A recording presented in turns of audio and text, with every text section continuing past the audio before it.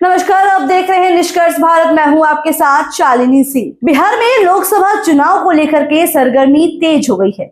नीतीश ने इंडी गठबंधन का साथ छोड़ करके एनडीए का दामन थाम लिया है। एनडीए और ईडी गठबंधन में सीट शेयरिंग लगभग फाइनल हो चुका है। तमाम दल मतदाताओं को अपने पक्ष में करने के लिए हथकंडे अपना रहे हैं। जातीय जनगणना की रिपोर्ट जारी होने के बाद बिहार में सियासी समीकरण परिवर्तित हो गया है। बिहार में जातीय वर्चस्व की राजनीति 90 के दशक में खत्म न होकर के शिफ्ट हो रही थी। बिहार में पिछड़ी जातियों की गोलबंदी टूटने के साथ नीतीश और लालू का रास्ता भी अलग हो गया। नीतीश बिहार में एक साथ लालू और भाजपा दोनों से नहीं लड़ सकते थे, इसलिए किसी के खिलाफ जाने के लिए किसी न किसी के साथ जाना ही था। साल 2000 के विधानसभा चुनाव में नीतीश और भाजपा को 121 सीटों पर कामयाबी मिली। नीतीश कुमार बिना बहुमत के मुख्यमंत्री बने।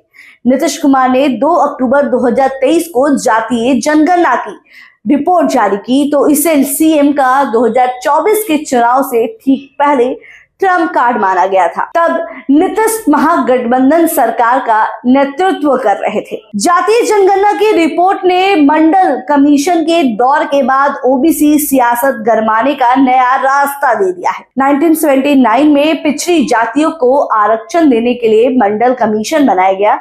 इस आयोग ने ओबीसी वर्ग को आरक्षण देने की सिफारिशें की। आयोग ने अपनी रिपोर्ट में बताया कि देश भर में ओबीसी संख्या 52% है।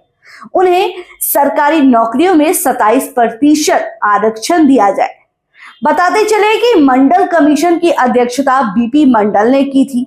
आयोग ने साल 1980 में अपनी रिपोर्ट प्रस्तुत की और 1990 में इसे लागू किया था। आयोग की रिपोर्ट के विरोध में देश भर में विरोध प्रदर्शन हुए थे। 2011 में कांग्रेस की यूपीए सरकार भी सामाजिक आर्थिक जनगणना करवाई थी, लेकिन इसके आंकड़े जारी नहीं किए थे। जातीय जनगणना से पता चला कि राज्य में बहुसंख्यक हिंदू समुदाय कुल जनसंख्या 81.99% है। उसके बाद मुस्लिम 17.70% है। ईसाई, सिख, जैन और अन्य धर्मों से जुड़े लोगों की जनसंख्या 1% से भी कम है। बिहार में ओबीसी वोट बैंक की राजनीति महत्वपूर्ण हो गई है। अनुसूचित जाति और जनजाति की गिनती तो जनगणना में हमेशा से होती आई है। ओबीसी और दूसरी ऊंची जातियों को गिनती अलग से नहीं होती है। लोकसभा चुनाव में ओबीसी वोट बैंक की राजनीति महत्वपूर्ण होगी। पिछले 2 लोकसभा चुनाव साल 2014 और साल 2019 में ओबीसी वोट बैंक में बीजेपी ने अच्छी सेंधमारी की है। ओबीसी वोट बैंक को लेकर के लोकसभा चुनाव में भाजपा नीतीश कुशवाहा मांझी के एनडीए में आने के बाद उतने ही आश्वस्त है जितनी आश्वस्त अपर कास्ट के वोट को लेकर के है।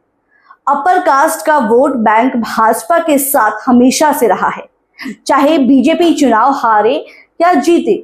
लेकिन ओबीसी वोट के साथ बीजेपी अभी भी ये बात दावे के साथ नहीं कह सकती है कि ओबीसी में भी अपर ओबीसी, जिसमें यादव है, और लोअर ओबीसी है। भाजपा ने ओबीसी वोट बैंक में ज्यादा सेंधमारी लोअर ओबीसी में की है।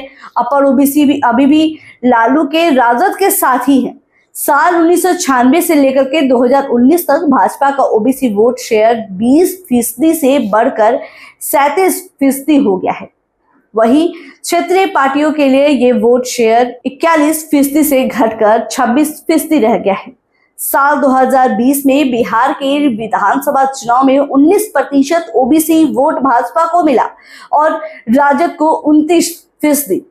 अब नीतीश एनडीए के साथ है। अपनी सोशल इंजीनियरिंग के जरिए नीतीश कुमार ने अत्यंत पिछड़ा वर्ग यानी कि ईबीसी के एक बड़े हिस्से को तोड़ दिया और उन्हें पिछड़े वर्ग की तुलना में स्थानीय निकायों को और नौकरियों से ज्यादा आरक्षण दिया, जिससे इस वर्ग में नीतीश कुमार का प्रभाव बढ़ा।